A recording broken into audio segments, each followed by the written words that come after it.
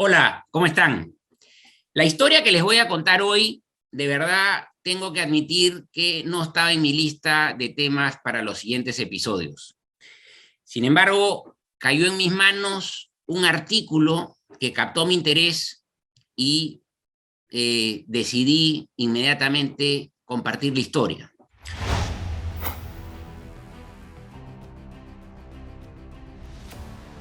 Antes de hablar de ella, tengo que hacer tres aclaraciones. Primero, decir quién es el autor del artículo en cuestión. Es J. Edgar Hoover, el controversial personaje que por casi 48 años dirigió al FBI. Bueno, de hecho, inicialmente se llamaba Buró de Investigación y luego el FBI, como lo conocemos hoy, fue formado por Hoover, que dirigió la organización desde 1924 hasta la fecha de su fallecimiento en 1972. ¿Cómo sobrevivió este personaje a distintas presidencias, a distintas administraciones? Bueno, ahora sabemos que tenía expedientes, dossiers de las más altas autoridades, muchas de ellas extorsionadas por él. Se sabe que violó muchas de las leyes que el FBI supuestamente debería haber hecho respetar, entre otros temas. La lista negra, que fue creada por él.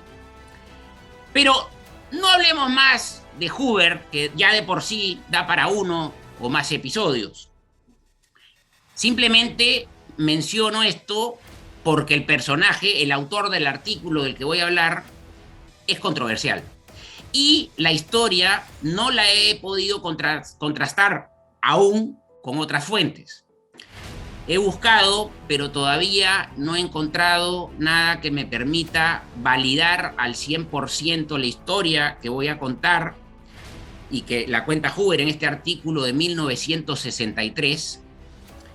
Pero muchas de las cosas hacen sentido. Sin embargo, por la personalidad de Hoover, no podemos descartar que él puede exagerar en algo para aumentar un supuesto rol protagónico de él y de la agencia que él dirigía en la Segunda Guerra Mundial. Lo segundo que quiero advertir es que los personajes de los cuales voy a hablar tienen identidades no identificadas. He tratado de buscarlas también y no he podido. Hoover no las menciona, no menciona a los personajes de la historia por nombre y por tanto desconozco a este momento en que estoy grabando esto las identidades de los personajes, sin perjuicio de lo cual he decidido contar la historia. La historia se inicia en abril de 1942, cuando un ciudadano holandés casado con una alemana se acerca al consulado norteamericano en Madrid para pedir visas para viajar a los Estados Unidos. En ese momento este personaje, este ciudadano holandés, manifestó que había sido reclutado por la inteligencia alemana y que estaba siendo enviado a los Estados Unidos para operar como espía alemán en territorio norteamericano. Él dijo, sin embargo, que había aceptado la oferta alemana, pues era la única manera en que él podía escapar de Europa, pero que sin embargo él estaba dispuesto a colaborar con los Estados Unidos en la manera que se le solicitase. El cónsul norteamericano en Madrid consultó con las autoridades. Hoover dice que se le consultó a él, entre otras autoridades, y que inmediatamente se le indicó al cónsul que diera las visas a este señor holandés y su esposa alemana.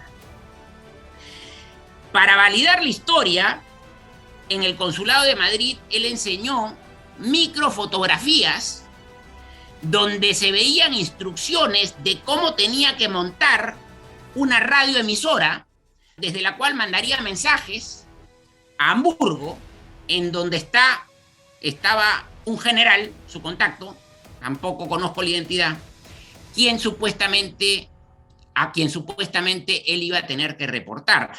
Mencionó también que su misión era básicamente investigar sobre cómo se estaba desarrollando la industria, específicamente la industria bélica en los Estados Unidos, y de ser posible también algún informe sobre movimiento de tropas. Pero lo más importante de su misión, sin embargo, aunque esto era muy difícil de lograr, era que ya en este mes de abril de 1942, aparentemente los alemanes ya sabían de que los Estados Unidos estaban en investigaciones muy avanzadas para llegar a descubrir la bomba atómica. Y parte de la misión de este espía habría sido, digamos, se le habría dado una lista de los científicos que colaboraban en este proyecto norteamericano de la bomba atómica, y tendría que tratar de averiguar algo de esto también. Es importante hacer notar que para principios de 1942 ni en Estados Unidos había mucha gente, ni siquiera en las altas esferas, que sabía de este proyecto de la bomba atómica. Hoover sostiene que cuando se le dio la identidad desde Madrid, él ya tenía una ficha a este personaje, pues aparentemente habría sido ya un espía en la Gran Guerra, en la Primera Guerra Mundial, y además tenía antecedentes criminales. Habría servido condena por robarle $7,000 a un amigo. No venía pues con antecedentes que le dieran mucha credibilidad. Sin embargo, habría sido sometido a extensos y muy rigurosos interrogatorios, y finalmente los norteamericanos se convencieron de que era sincero cuando decía que quería colaborar con ellos.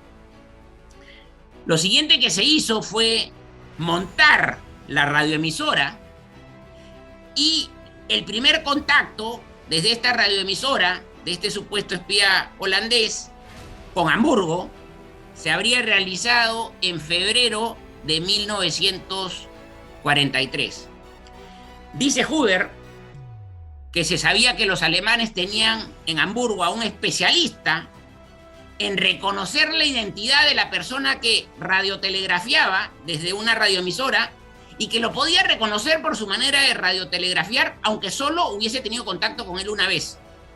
Es por esta razón que 3 agentes del FBI habrían sido entrenados para telegrafiar, para radiotelegrafiar, de la misma forma en la que solía hacerlo este holandés. Detalles como, por ejemplo, que él solía poner la misma extensión de espacio entre una raya y un punto. Luego, estos 3 agentes del FBI, además, tuvieron que aprender a comunicarse como lo habría hecho este señor, es decir, como un holandés comunicándose en alemán. Las primeras informaciones que se enviaban eran ciertas, pero se reportaban operaciones irrelevantes o de muy poca envergadura.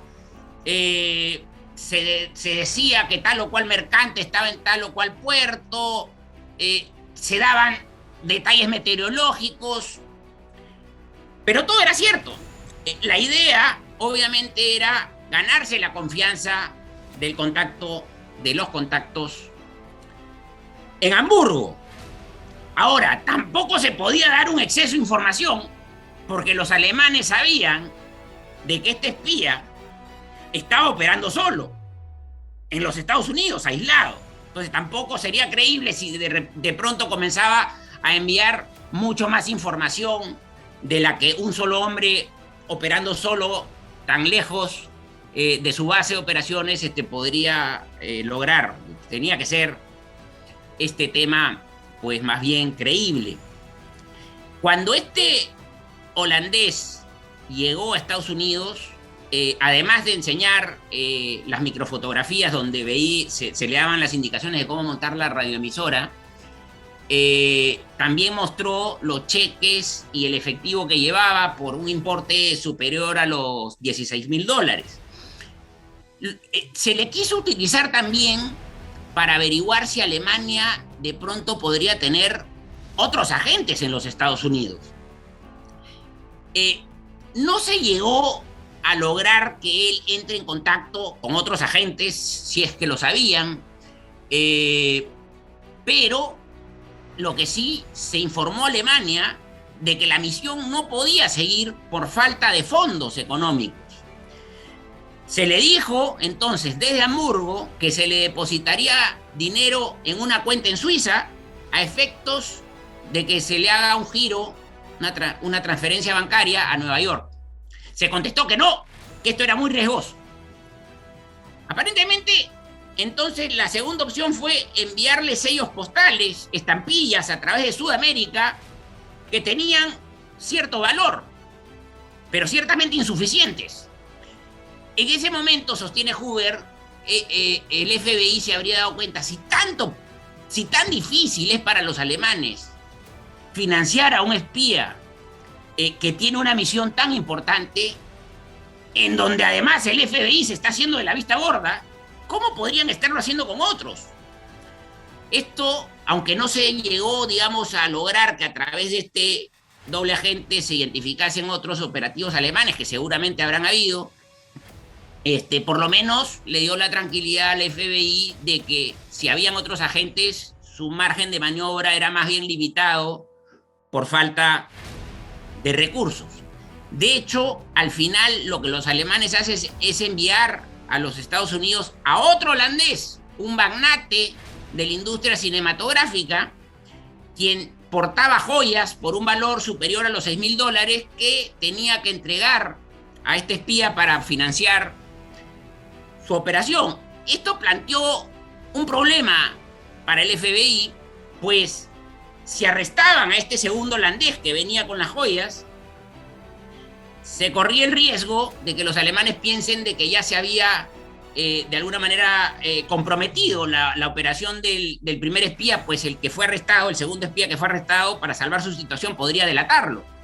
Pero si no se le arrestaba y él veía algo sospechoso, podría reportarlo regresando a Alemania, comprometiendo toda la operación, que hasta ese momento no había servido para mucho. Sin embargo, este segundo holandés también manifestó su intención de colaborar con los Estados Unidos y nuevamente a él también se le somete a un proceso de escrutinio, de interrogatorios, y también se llega al convencimiento de que iba a colaborar. Y ahora nos acercamos al momento en el cual este doble agente, da información que podría haber sido absolutamente decisiva para lo que pasó a mediados del año de 1944. En 1944, a mediados de año, están sucediendo cosas importantes en tres frentes. En el frente soviético, en el frente del este, como sabemos, el frente más importante para Alemania, en donde tenía la mayor cantidad de tropas y armamentos. En el frente del este está por desencadenarse la operación Bagration, de la cual hemos hablado en otros episodios, y que se inicia el 22 de junio y va a finalizar a finales de agosto, cuyo resultado es la práctica total destrucción, no de un ejército, sino de todo un grupo de ejércitos, el grupo de ejército centro-alemán.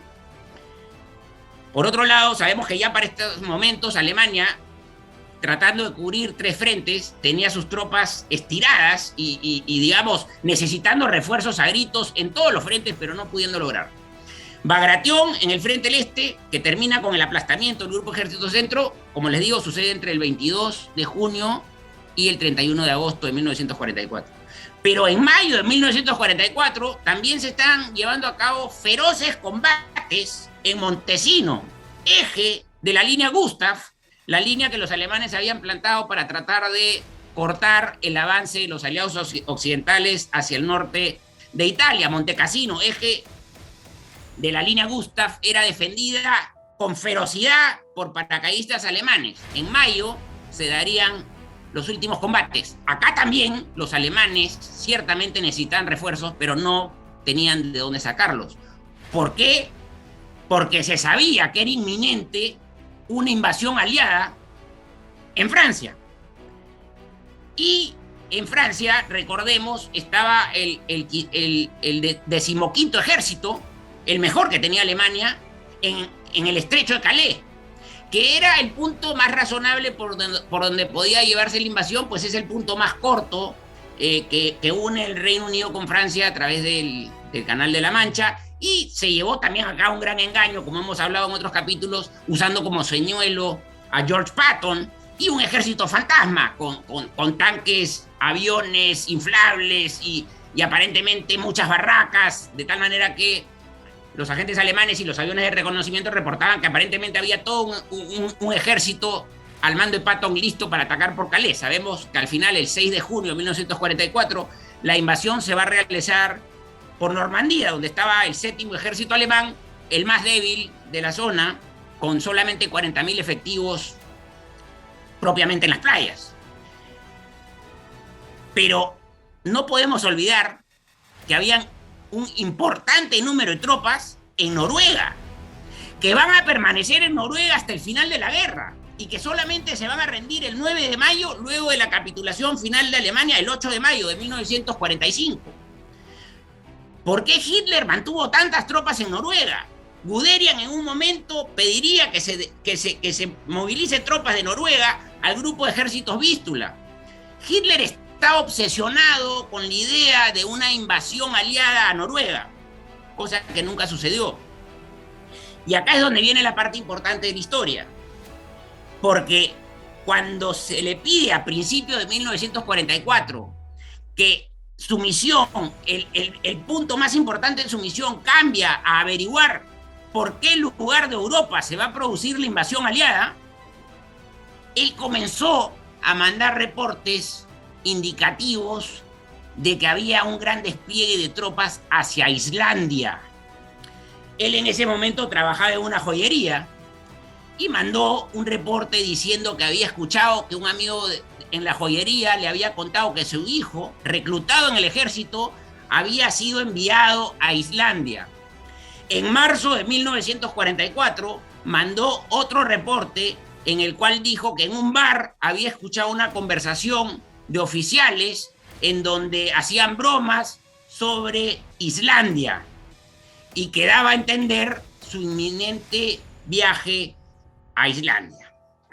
En Islandia, dice Hoover, se hizo lo mismo que se habría hecho en el paso de Calais, es decir, habían filas de buques en los puertos, había muchas barracas, aparentemente muchas movilizaciones de tropas y armas, y los aviones alemanes, que hacían meses que no sobrevolaban Islandia, retomaron los vuelos de reconocimiento, detectando este falso ejército que, si estaba en Islandia, obviamente era para atacar Noruega. Sabemos que el ejército alemán concentraba la mayor cantidad de sus recursos en el frente del este, había tenido que desplegar un importante contingente en Italia y, dado que no se sabía por dónde sería la invasión en junio del 44, tenían tropas protegiendo toda la costa francesa, pero también, como les digo, en Noruega. Y si es cierto lo que dice Hoover, el accionar de este doble agente, controlado por el FBI, habría sido decisivo para que Alemania mantenga importantes contingentes de tropas y armas en Noruega, que terminarían teniendo un rol absolutamente residual, pues no combatieron y se rindieron, repito, por la capitulación general de Alemania. Y a pesar de que los aliados desembarcaron en Normandía, donde estaba el 7º ejército, el más débil de la región, esto no fue fácil, como sabemos, para los aliados. Imagínense ustedes lo complicado que habría sido si las tropas alemanas de Noruega, algunas de ellas al menos, habrían reforzado a los ejércitos alemanes que guarnecían las costas francesas. Ahora, luego de que se da la invasión de Normandía, a pesar de que, digamos, este agente, porque no solamente fueron estos dos reportes, sino que intercalaba mensajes sin importancia con Islandia esto, Islandia lo otro, y luego de que sucede lo de Normandía, a pesar de este informe que desvió la utilización de vastos recursos alemanes que estaban desplegados en Noruega, La comunicación entre la gente de Hamburgo continuó. Y continuó hasta el 1 de mayo de 1945, pocos días antes de la rendición incondicional de Alemania, el 8 de mayo de 1945. Este 1 de mayo, el agente habría recibido del general a quien reportaba en Hamburgo una comunicación donde decía que las comunicaciones se tenían que cortar. Obviamente, Alemania se desmoronaba y seguramente este general, como muchos otros, estaría viendo la forma de eludir una captura por parte de los soviéticos o de los aliados occidentales. Me pareció interesante compartir esta historia con ustedes, haciendo las salvedades que he hecho al principio del episodio. Voy a investigar más sobre el tema, pero ciertamente este artículo, este personaje tan controvertido como J. Edgar Hoover captó mi atención, y más allá de que hay que buscar otras fuentes y validar la certeza de la información y además si hay exageraciones o no, hace mucho sentido en muchos aspectos. En todo caso, dado que captó mi atención, quise compartirla hoy día con ustedes. Muchas gracias.